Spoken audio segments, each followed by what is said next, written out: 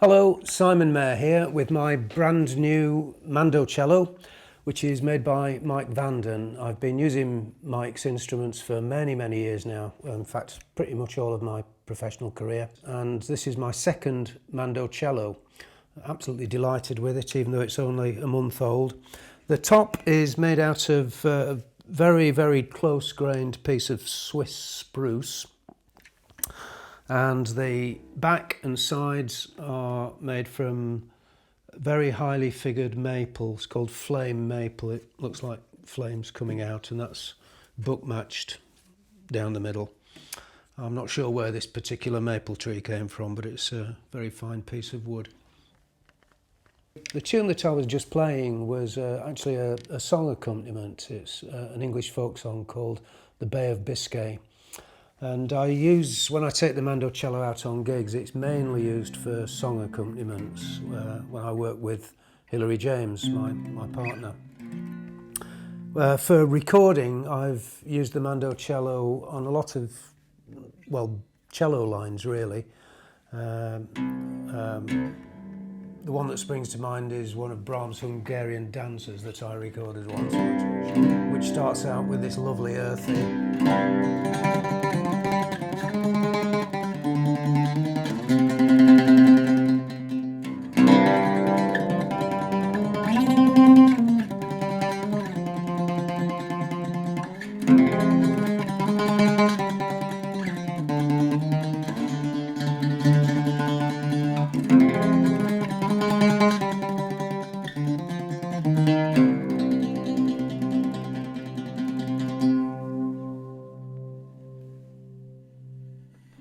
When I first got this instrument, it was a little bit more difficult to hold than the other one, which I'll show you in a moment.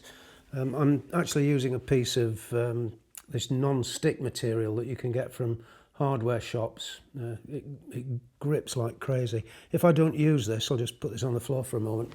When I hold the instrument, it kind of just swivels away from me. It's really quite slippy against ordinary material. But this piece of non-slip stuff from hardware shops is a very elegant solution, and once that's on my leg there, it feels very firmly in place. I'll just put this instrument down and show you the old one, which, as you can see, is a much fancier shape. I got this, can you believe, 37 years ago. This was made in 1987. And this shape is what we call a Florentine shape. It's got these Art Nouveau scrolls and points, and a scroll on the headstock here as well. And this is all echoes of a violin design. And the thing about this point here is that it actually stops the instrument from swiveling round when you hold it in your lap. I find the most comfortable position, kind of classical guitar position, like this with my foot up on a stool. And it can be a bit painful on the old leg because it's quite sharp, that point, but the good thing about it is that it stops it swiveling round. And here's the old one.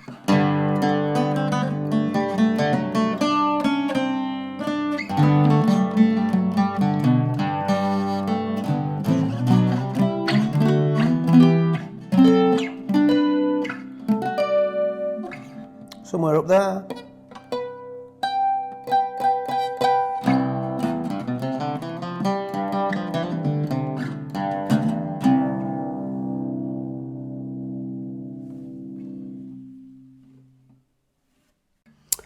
This one, I'm aware of the fact that it's changed over the years. When it was about 5 years old, it really came to life enormously, and it's been kind of throbbing away. We talk about instruments speaking well, and this is really, you know, when you play it, you really feel it's very loose. It speaks very freely. You can feel it against your body, because an instrument this size, you know, there's a lot of vibrations there, and you can feel them when you play it. The new one was really like that from day one.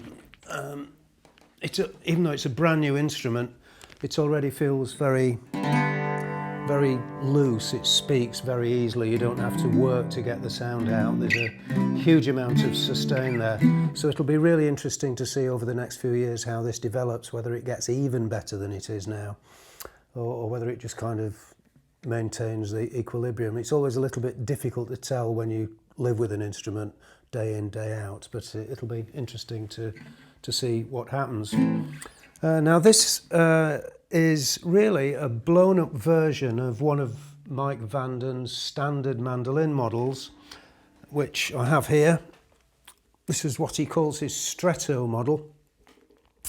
And this particular mandolin is only about a year old, so it's fairly new. And it's made out of the same materials. The top is Swiss spruce.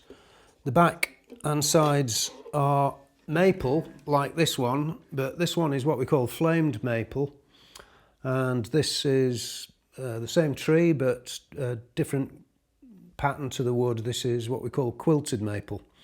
And it isn't that one sounds better than the other, but they just look pretty in their different ways. But maple is definitely the most favoured wood for the back and sides of mandolins, tone-wise. So put the little one back, and there's the brand new Vanden mandocello.